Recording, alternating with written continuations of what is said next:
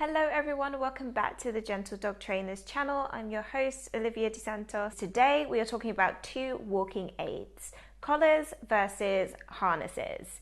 Which one should you choose and what are the pros and cons to both? But before we dive in, I want to encourage you to subscribe to this channel. If you want to raise happy, healthy and well-behaved dogs, please do check that little notification bell as well so that you never miss an upload.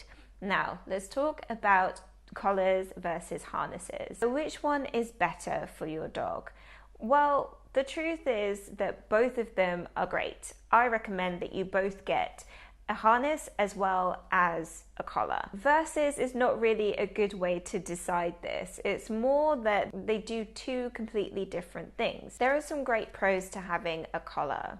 Number one is that it's a great identifier. It identifies your dog as owned. And you can also provide your information on their name tag. If your dog goes missing, then people can just read the collar, call your number and help reunite you. The second pro of collars is that they are easy to wear all the time. Many dogs wear their collars all day, every day, at night, when they sleep, all of the time, except for when they are being washed. And it's perfectly fine to do this. Collars are made to be worn pretty much 24/7. Third pro of collars is that they come in really cool designs. They're a way that you can show your dog's personality or your personality, and it just makes a little bit of a fashion statement. The cons of a collar are that it can cause discomfort and chafing when it comes to walking. So collars are not very good at preventing your dog from pulling ahead of you. And when your dog pulls ahead of you, they can strain their neck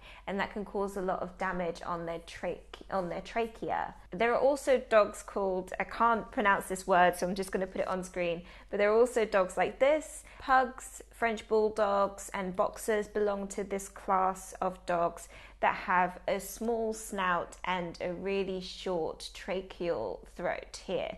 So if you put a lot of pressure on their neck, then you could end up asphyxiating them. Now let's talk about harnesses. The pros of harnesses are that they're great for walking. Instead of distributing the pressure when you walk around the throat, they distribute it around the chest and the back. And that means that it's much safer for your dog in the long run. The second pro of harnesses is that there are no pull harnesses that can stop your dog from pulling ahead of you. This will help aid your training in teaching your dog how to walk nicely. The third pro of harnesses is that there are specialty harnesses. So there are harnesses that will help your dog stay secure in the car. There are harnesses that are built for long-term hikes that have extra pockets so you can put in treats and maybe a water bottle on the harness. There are harnesses for tactical use for service dogs and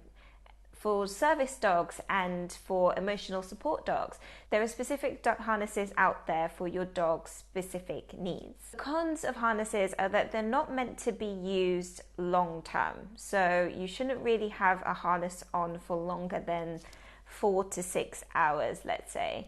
Whereas a collar can be worn all day, every day, all of the time. Another kind of harnesses is that they can get a bit sweaty. If it's very hot outside or if your dog is a long-haired breed, then they might find harnesses quite uncomfortable because they can be very hot and sweaty. Although there are lots of different types of harnesses that don't have this effect. So do check out our video about how to put on a harness.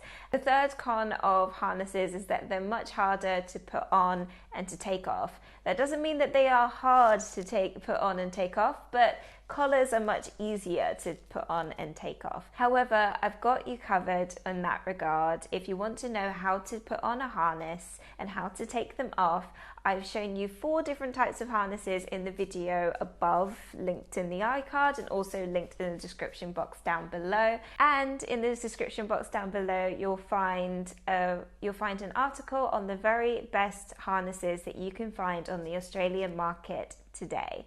I hope this video was helpful for you. If you like this video, then check out this one. Comment below if your dog uses a collar or a harness or both. And I hope to see you next time. Take care. Bye-bye.